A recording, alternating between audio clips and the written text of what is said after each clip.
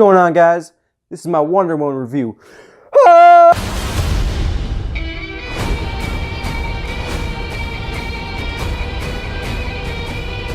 Alright guys, at long last, finally two big things have happened. We got the first really good DC Cinematic Universe movie, and we finally got a good female-led big budget superhero blockbuster. Alright, so let's get the weird mythology stuff right out of the way. So a long time ago, Zeus created the Amazons. This warrior race of women was created to stop the war breaking out between humans. I think of the Amazons as like the Spartans from 300, except the Amazons wear more clothes. These Amazons live on an island in the middle of the ocean. They've been training all their lives to defeat Ares, the god of war. One of the warriors on the island is Diana, aka Wonder Woman, and she's more special than the rest of the Amazons. I won't say why though. And all her life, she's been training much harder than the rest of the Amazons. She's raised by Hippolyta, played by Connie Nielsen, and Hippolyta is the queen of the Amazons. And she's also raised by Hippolyta, Appiato, something, I don't know. They're all weird, like Greek names. Anyway, she's played by Robin Wright, and she's like the general of the Amazons. And she trains her to be like really fierce and strong, whereas the queen has been training her to be innocent and look for the good in people. This dual role, this back and forth between knowing what to do to be good and knowing when to be aggressive is really interesting to watch. And Gal Gadot was excellent in the role, debating these two philosophies. Gadot, or Gadot, I don't really know what it is. I don't think anybody really knows how to say it. Anyway, she's really good from her first scene all the way to the last, and it's really cool to watch her question herself as the film goes on. But I don't want to get too far ahead of myself. So back to the story. One day Diana's training and she sees a plane crash onto the magical island, and she saves the pilot, who's played by Chris Pine.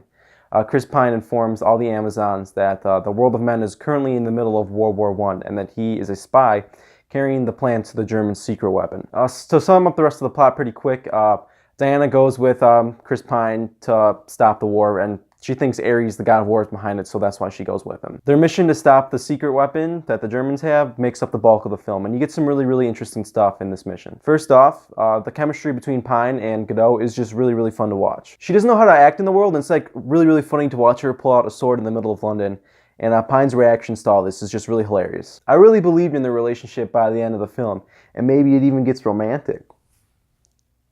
So now I just want to take a second to praise Gadot as Wonder Woman. She's nothing short of wonderful. I'll see myself out. So as she wanders through World War I, she sees all these atrocities that men can commit on each other, and she has to decide if men are even worth saving. This inner conflict of Wonder Woman is played beautifully by Gadot. She can be playful when she learns how humans react with each other, and she can be really fierce as she's shouting at Shoulder's face, and she can make them shake in their boots. Gadot's performance is just really empowering. I think it's going to be a really great influence on little kids who go to see this movie in a great way. Also, she just kicks ass. There's a sequence in the film when Wonder Woman leads the charge through no man's land, and it's just breathtaking. The choreography in this entire film is just really well done. So, I really did enjoy this movie. I did have a couple of big problems with it. First of all, the movie's like 20 minutes too long. I kept checking my watch by the end of it, hoping this thing would wrap up, even though I was having a good time. Some of the many scenes involving the villains could have easily been cut, and that leads me to my second point.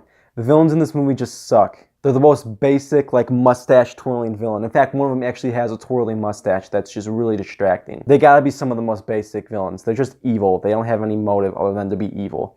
They're a couple of the most basic villains I've seen in a superhero movie in quite a while. Another weird gripe I have with this movie is, like, everybody has really phony accents. So Gadot in real life has a Middle Eastern accent. She's from Israel. So all the Amazons have, like, Israeli accents, even though Connie Nielsen and Robin Wright are pretty big-name American actresses, and it's just kind of weird to see them doing this fake Israeli accent, and it's just kind of weird. Also, a lot of the German actors are played by Americans, so it's just a lot of Americans doing the German accent, and it's just really stupid. So other than like a few weird things with the villains and the length of the film, you should definitely go check out Wonder Woman. And it's great to finally see a female lead one of these superhero movies, and for the film to be as good as it is. Hey guys, thanks for watching my review. If you like this, please give it a like and subscribe. Thanks again.